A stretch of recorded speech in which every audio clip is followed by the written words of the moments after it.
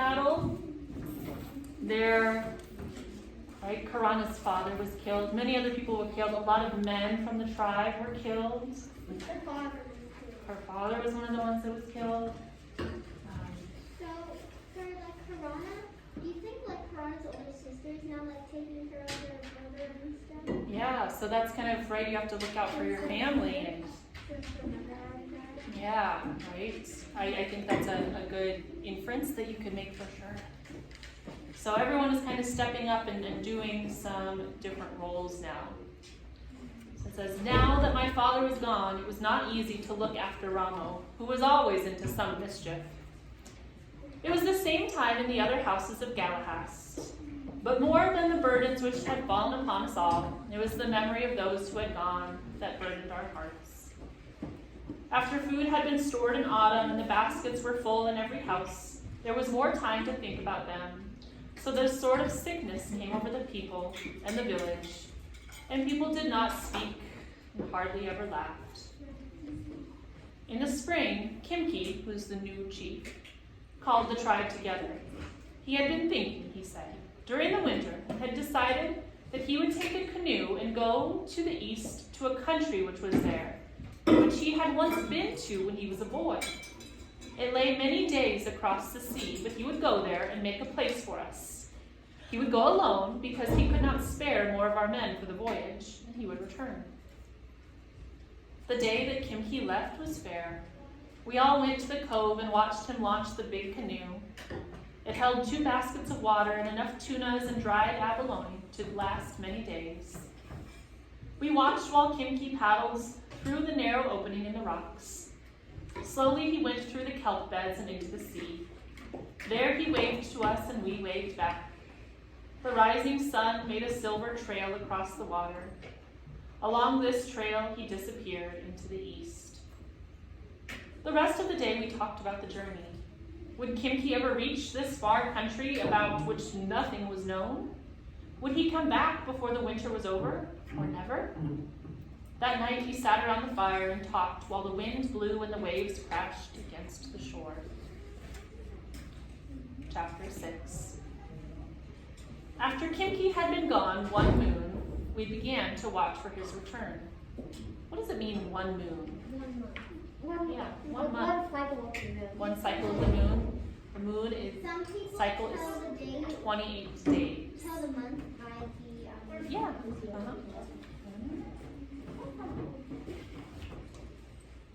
Every day, someone went to the cliff to scan the sea. Even on stormy days we went, and on days when fog shrouded the islands. During the day, there was always a watcher on the cliff, and each night, as we sat around our fires, we wondered if the next sun would bring him home. But the spring came and left, and the sea was empty. Kimki did not return. There were few storms that winter, and rain was light and ended early. This meant that we would need to be careful of water. In the old days, the springs sometimes ran low and no one worried, but now everything seemed to cause alarm. Many were afraid we would die of thirst. There are other things more important to ponder, said Madasip, who had taken Kimki's place. Madasip meant the Aleuts, for it was now the time of year when they had come before. Watchers on the cliff began to look for the red sails, and a meeting was held to plan what to do if the Aleuts came. We lacked the men to keep them from landing or to save our lives if they attacked us, which we were certain they would. Plans were therefore made to flee as soon as their ship was sighted. Food and water were stored in canoes, and these were hidden on the rocks at the south end of the island. The cliffs were steep here and very high, but we wove a stout rope of bull kelp and fastened it to the rocks at the top of the cliff, so that it hung to the water. As soon as the Aleut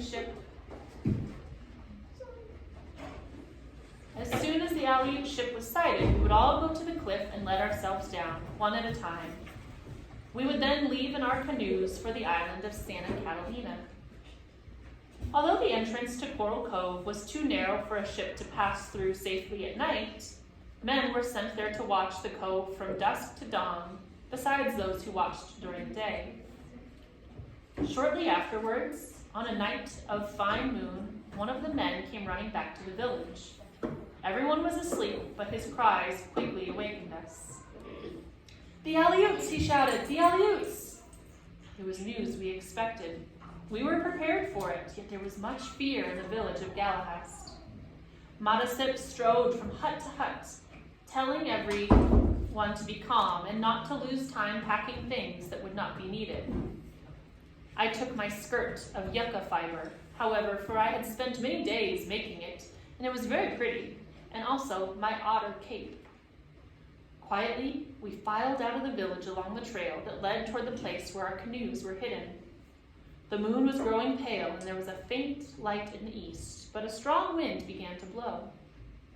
We had gone no farther than half a league when we were overtaken by the man who had given the warning. He spoke to Madasip, but we all gathered around to listen to him. "I went back to the cove after I gave the alarm," he said. "When I got there, I could see the ship clearly. It is beyond the rocks that guard the harbor. It is a smaller ship than the one which belonged to the Aleuts. The sails are white instead of red."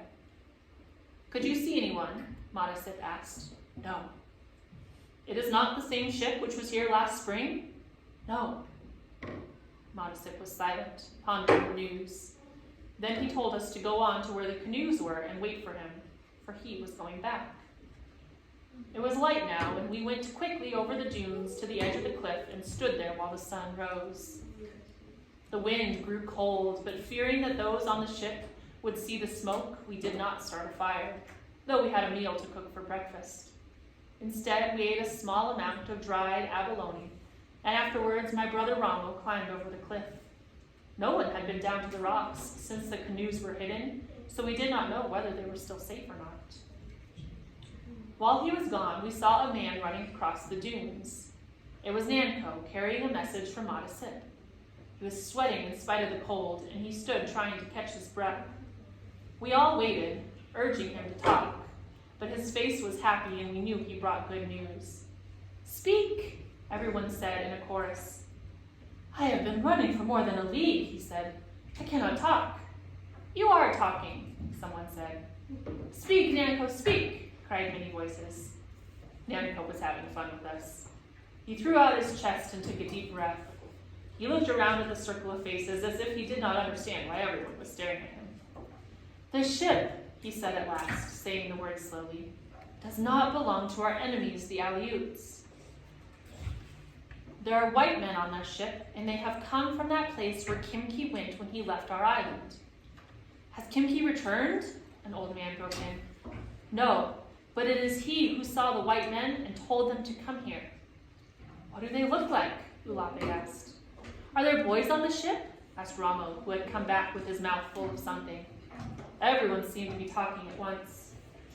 Nanko made his face stern, which was hard for him to do because his mouth had been cut in the battle with the Aleuts, and ever since it had always seemed to smile. He held up his hand for silence.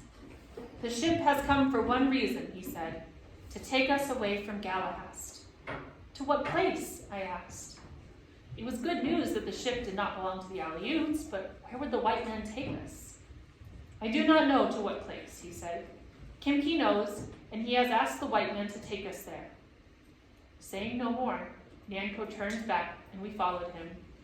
We were fearful of where we were going, yet we were happy to... Gabby, did you have a question? Yeah, what is abalone? Abalone is like a fish.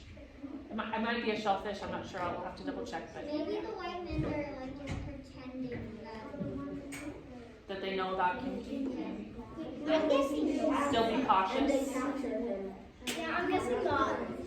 Maybe they keep it off. Let's keep going. Let's keep going. Guys, we're continuing going.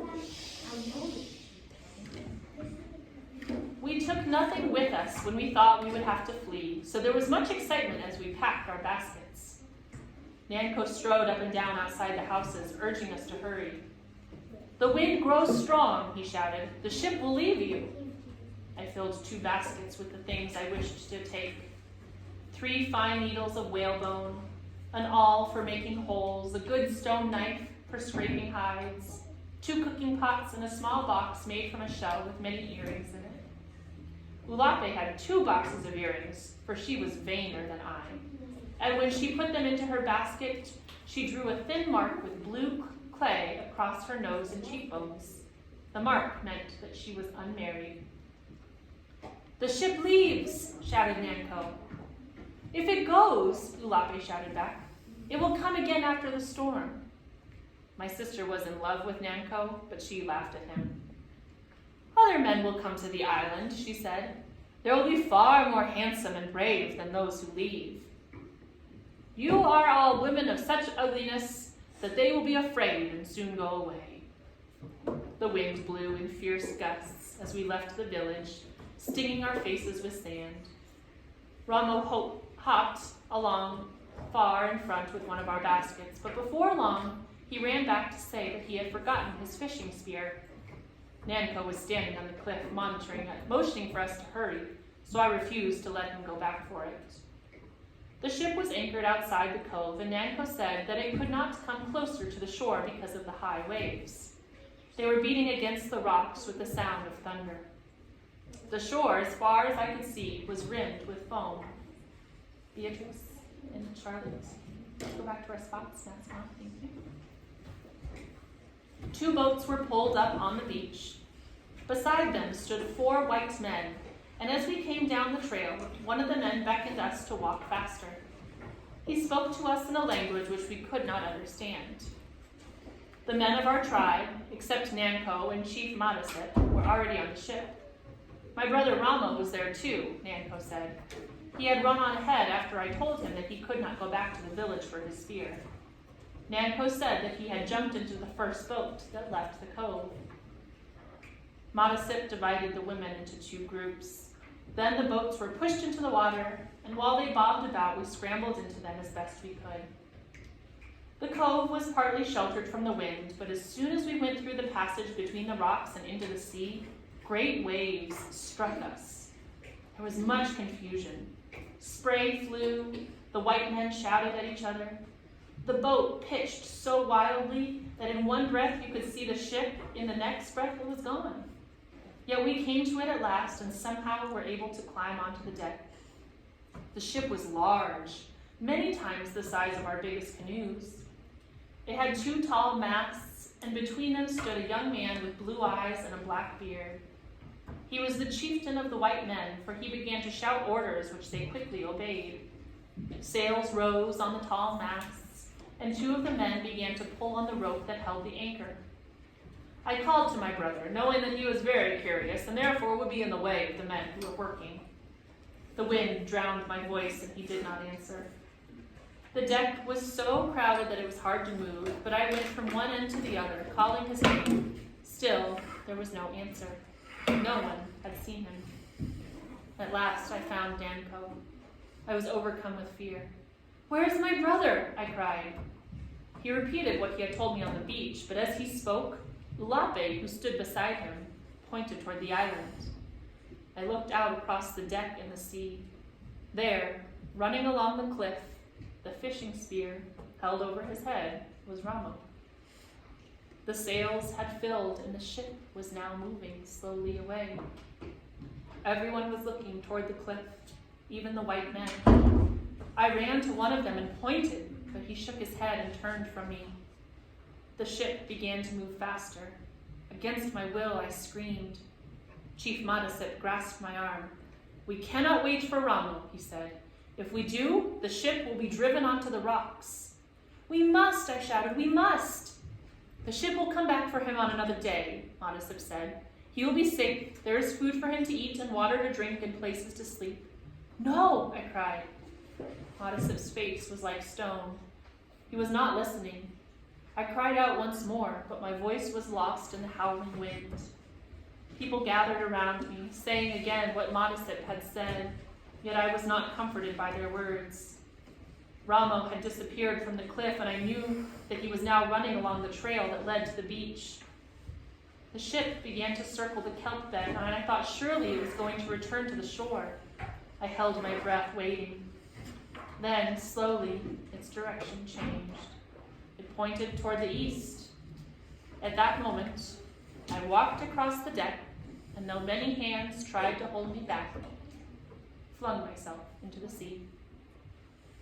A wave passed over my head, and I went down and down until I thought I would never behold the day again. The ship was far away when I rose. Only the sails showed through the spray.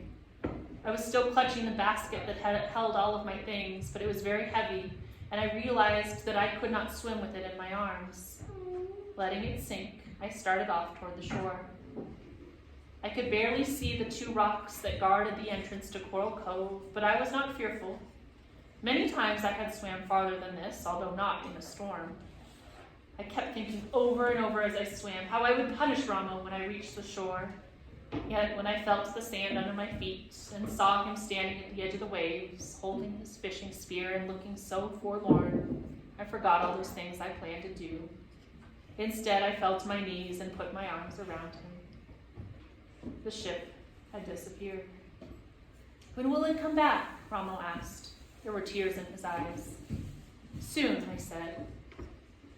The only thing that made me angry was that my beautiful skirt of yucca fibers, which I had worked on so long and carefully, was ruined. Ooh, ain't that ugly?